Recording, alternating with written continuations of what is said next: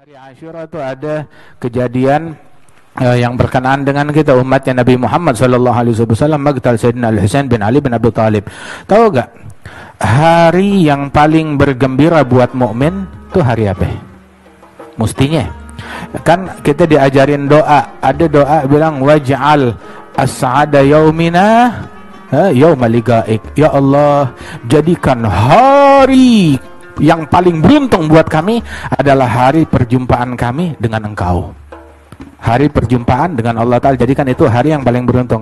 Hari kematian Sayyidina Husain, hari sial buat Sayyidina Husain atau hari beruntung buat Sayyidina Husain? Sayyidina Husain terbunuh, itu hari sial buat dia atau hari beruntung buat Sayyidina Husain? Ada hari yang paling beruntung buat Sayyidina Husain, mendapatkan syahadah yang paling luar biasa. Terus siapa gerangan manusia pertama yang mengetahui wafatnya Sayyidina Husain? Yang pertama, manusia pertama yang mengetahui berita wafatnya Sayyidina Husain adalah Nabi Muhammad Sallallahu Alaihi Wasallam. Nabi begitu tahu, nggak jerit-jerit, nggak uring-uringan, nggak mencaci maki, nggak mengutuk, nggak melaknat, begitu nggak guling-guling di pasir, atau nyambuk dirinya, nggak. Begitu pertama mengetahui berita Sayyidina Husain, begitu tetap ala sabat. Terus bahkan dibawakan tuh oleh malaikat Jibril tanah, dalam riwayat, dalam athar, tanah dari Karbala, tanah tempat terbunuhnya Sayyidina Husain. Terus dititipkan kepada siapa namanya? Ummu Salamah. Bilang, bentar, ini tanah, begitu, ini tanah adalah dari lokasi tempat matinya cucuku ini, mati syahidnya dia di situ. Begitu, ntar dia meninggal dunia kapan? Begitu tuh tanah berubah menjadi merah. Nah itu dia. Sampai zaman dulu kan tuh kagak ada telepon, nggak ada berita apa-apa. Sayyidatuna Ummu Salamah waktu ngelihat tanah tersebut, pasir tersebut, bilang, sekarang terbunuh cucu Rasulullah SAW. Tahu dari mana? Itu tanah berubah jadi darah, berubah jadi merah. Itu tanah. Ummu Salamah udah tahu. Sayyidina Husain masa nggak tahu? Dia tahu, dia ngerti. Makanya waktu ketemu sama siapa, waktu mau jalan, Sayyidina Abdullah bin Abbas bilang, astaudi'ukallah min syahid, aku titipkan engkau kepada Allah. Siapa? Engkau orang yang calon mati syahid. Kan ente tahu orang Kufah yang ngomongnya mulutnya bersama engkau tapi pedangnya di atas kepalamu. Tapi Sayyidina Husain, dia punya hikmah dan kebijaksanaan sendiri. Udah tahu bakalan dibunuh, semua sahabat tahu. Kalau orang luar aja tahu nih bakalan dibunuh, apalagi beliau yang bersangkutan, masa nggak tahu?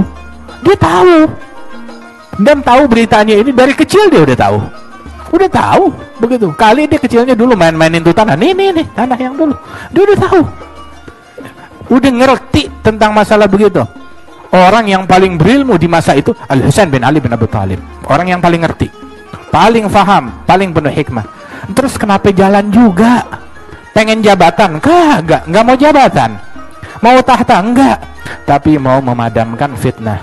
Ini sekarang dibilang orang-orang Kufah siap bangkit, sekian puluh ribu orang mendukung Al-Husain bin Ali jadi khalifah. Bikin pergerakan, bikin kebangkitan, kita dukung Al-Husain bin Ali jadi khalifah. Zaman dulu ini fitnah akhirnya nyebar kemana-mana. Dan beliau ingin ngecek hal tersebut secara langsung untuk memadamkan api fitnah. Kemudian juga dia tahu dia keluar bakalan terbunuh. Ini pemerintahan udah menyorot beliau dan udah dengar berita bakal terjadi pembunuhan. Dari kapan? Dari zamannya Nabi Muhammad, dari Rasulullah SAW. Itu Sayyidina Abdullah bin Abbas dan beberapa orang yang lain juga udah bilang, nasihatin kepada beliau, dan beliau sendiri tahu bahwasanya ada salah seorang dari keluarganya Rasulullah yang akan terbunuh. Ini tanah haram dinodai dengan darah dari keturunan Rasul SAW, dan saya nggak mau menjadi orang tersebut. Katanya Sayyidina Husain bin Ali. Sehingga kalau emang mesti mati, jangan di Madinah, jangan di Mekah. Kalau di Madinah, di Mekah, pertumpahan darah besar-besaran, sahabat bakalan terlibat, semuanya bakalan turun tangan, semuanya bakal terjadi pertumpahan darah besar-besaran. Saya nggak mau. Kalau emang mati begitu, tapi jangan bawa orang. Cakep kan? Ada orang begitu mau mati, nggak mau sendiri, ajak rakyat bangkit semuanya, ayo rame-rame kita berantem, kita berkelahi. Gue nggak mau mati sendirian, kalau gue hancur negara harus hancur. Lah nggak begitu. Sayyidina Hasan bin Ali nggak mau bawa fitnah ke Madinah. Kemudian juga tidak mau kematian beliau menjadi penyebab kerusuhan besar-besaran di negara Islam tersebut. Dia keluar, meninggalnya di tempat yang terpencil, orang kagak ada dengar berita apapun melainkan berminggu-minggu atau berbulan kemudian. Yang tahu beritanya Ummu Salamah, karena dapat info dari Rasulullah melalui pasir yang dititipkan oleh Nabi Muhammad sallallahu alaihi wasallam.